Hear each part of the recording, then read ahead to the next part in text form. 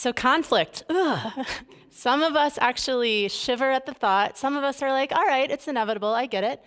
And conflict is inevitable. Not everyone is comfortable confronting it, though. Sometimes we're more comfortable than others given the situation, and that's a little bit about what I'm going to talk about today, but it really should never feel like combat, especially on the teams that you're leading, because conflict really comes when needs aren't being met. But on the teams you're leading, if you provide space and the level of trust that it requires for people to speak their mind and speak up and say what their needs are, and maybe even before that, know what their needs are and then share them, the conflict is going to be lesser than, and it's not going to feel like combat as people are advocating for what's important to them. As you, as individual leaders, or you're leading your team, are thinking about whether or not to confront something, I want to share this diagram with you. On the y-axis, it shows the escalation of the nature of the issue. So how important is the issue? How important is it to get a need met, even maybe in a situation of something's not quite ethical or something's not quite safe? The issue is very clear. Sometimes, especially in your circumstances, we say we are, right? Who wants to have a conflict with basically family? We're one big community, we're one big family, so the relationships are incredibly important. You wouldn't want to risk kind of any sacrifice of people not liking you or people not getting along, but sometimes the relationships kind of get so important that you lose sight of the issue. Sometimes, and especially in a volunteer role, time is the most limited resource you have, right? So sometimes, depending on how much time you have available, dictates whether or not you can confront something either right away or at all. Now, there are 5 styles that I'm going to outline today. Everyone naturally has a particular style based on maybe the situation, the environment within which we grew up, maybe to the extent that we're comfortable just kind of with a little competitive nature. But again, depending on the situation, our style isn't stagnant. It can be kind of fluid.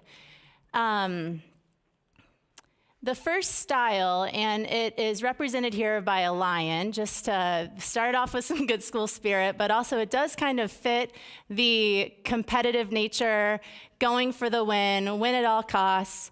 Now, for competitors, and especially if this is your natural style, it doesn't mean you don't care about people or care about relationships, but in a given situation, you're objective, you're focused on the goals, you're assertive, you're quick. People love having you on a team. The cons are sometimes relationships get harmed, and sometimes hostility can be bred. If people start to feel left out, people start to feel like you're not considering their opinion. Accommodators come next, the nice koala who at all costs is just holding on to what matters and is like, go on, do whatever you need, I just want to be comfortable. Here, the pros are relationships are certainly preserved. And sometimes when you don't care much about the issue, this might be a time when you don't want to rock the boat and you don't pick that battle. You let the other people who may care more about it win.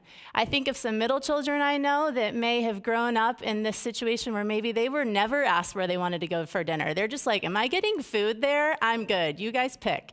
So sometimes those relationships are so important that, it does save time. These people are easy to work with, but the cons are, if they're not used to even knowing what they need, they're certainly not going to know to voice that. So if you're one of these people naturally, or in a situation where the relationships are really important, still don't forget to assess kind of what's in you, what do you need, and making sure that you're picking the battles you want to pick, that you are maybe choosing more selectively when to voice concerns, knowing that you've likely built the relationships, that you're really not going to probably lose many relationships because they trust you and they want to hear what you have to say.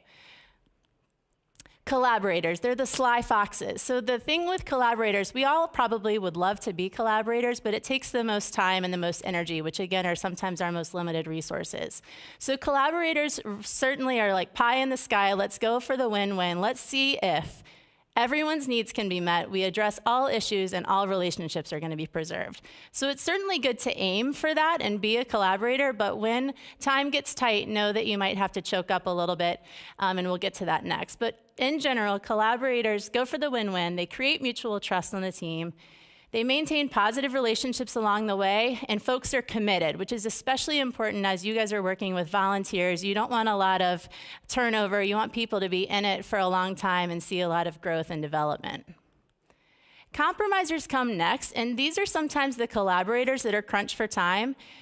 Everybody has to give a little to get a little. So it's like many wins, many losses. So the win-win isn't necessarily on the table anymore. These compromisers are great people to have on the team, especially if you have complex situations without simple solutions. So in situations that are kind of clunky, awkward, we're really gonna have to think outside of the box here. Let's everybody come to the table, everybody speak up, and we're gonna compromise on this. All parties are in equal power here too, so again, that's a great benefit for a team, especially the kind of teams that you're leading. The cons are no one is ever fully satisfied, but at the end of the day, we're all Penn Staters, so you can't be that upset. And then they are less optimal solutions getting implemented sometimes.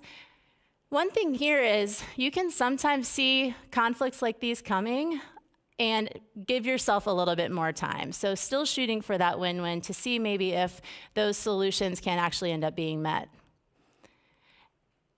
And last but not least are the turtles. And it's not really a turtle, it's just a shell. The head is hidden inside. They're like, oh my gosh, this feels tense. I'm gonna be over here. You guys work it out and let me know when it's time to go. We've all been avoiders at times, and those are times when maybe we really just don't even have a horse in the race, and we just kind of want to go and hide and let things get sorted out, let the relationships get preserved that need to get preserved, let the issues get met that need to get met, and we'll just kind of be right here. Sometimes, too, in crisis situations where a decision has to get made really quickly because time just isn't there, some people who will just kind of avoid it and let maybe a competitor or someone take lead, make the decision, make it quick, maybe get people out of harm's way, that sort of thing. So sometimes it is helpful for people that not to kind of challenge the process, but just kind of get out of the way and let a quick decision be made.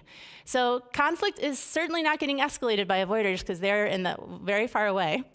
But the con is that problems can sometimes go unaddressed. So again, kind of like the accommodators, if you have avoiders kind of naturally on your team, make sure that they do know that you want to hear what they have to say, you want to know what their needs are so that they know that they can speak up. And again, conflict comes from unmet needs, so that's what we'd like to avoid.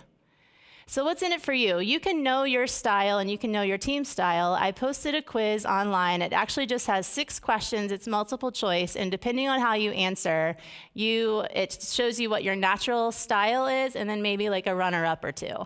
And then that's just kind of who you are innately in those situations on the quiz. But remember, back to that diagram from before, your style can kind of fluctuate given the importance of the relationships or the issues at hand.